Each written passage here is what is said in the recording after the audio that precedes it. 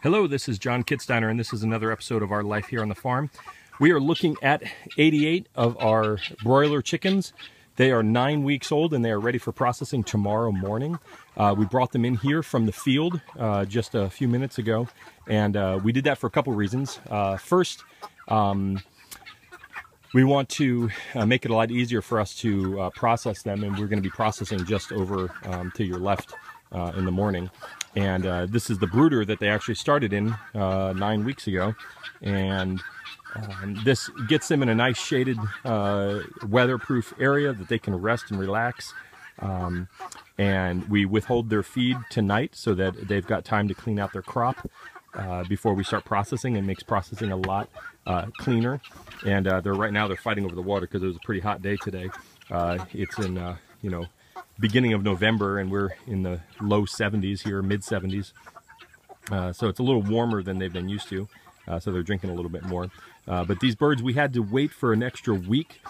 There was a couple of things. We had a cold snap right in about, I don't know, week 5 or so of their life, and they got really cold, and I think they went through a week where they didn't gain a lot of growth, and I think that was due to the cold weather. They had to increase their metabolism to stay warm out there, and that was one reason. The other reason was we kept them in this brooder for an extra week as we processed. I'm trying to think of why we actually did that.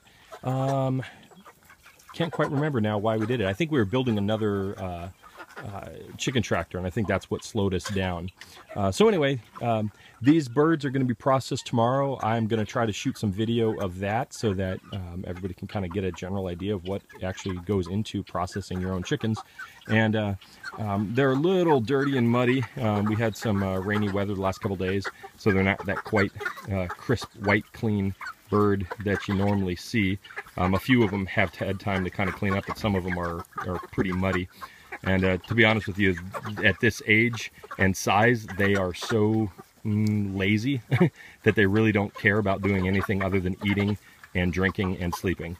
And that's just the way that these birds have been bred. Again, these are not genetically modified birds. These are Cornish Rock Crosses. These are birds that have been selectively bred by scientists in food labs and veterinarians who have been trying to produce a very fast growing bird that has big breast tissue for just a lot more meat for the size or for the age of the animal. And they've worked very well for us. This is going to be our second batch, and I'm hoping that things will go a lot smoother than our first batch. It didn't go bad, but we had a couple of bumps to get through, a learning curve for sure. And but I'll give you more updates on that later. But for now, that's it. This is John Kitsteiner in Bulls Gap, Tennessee.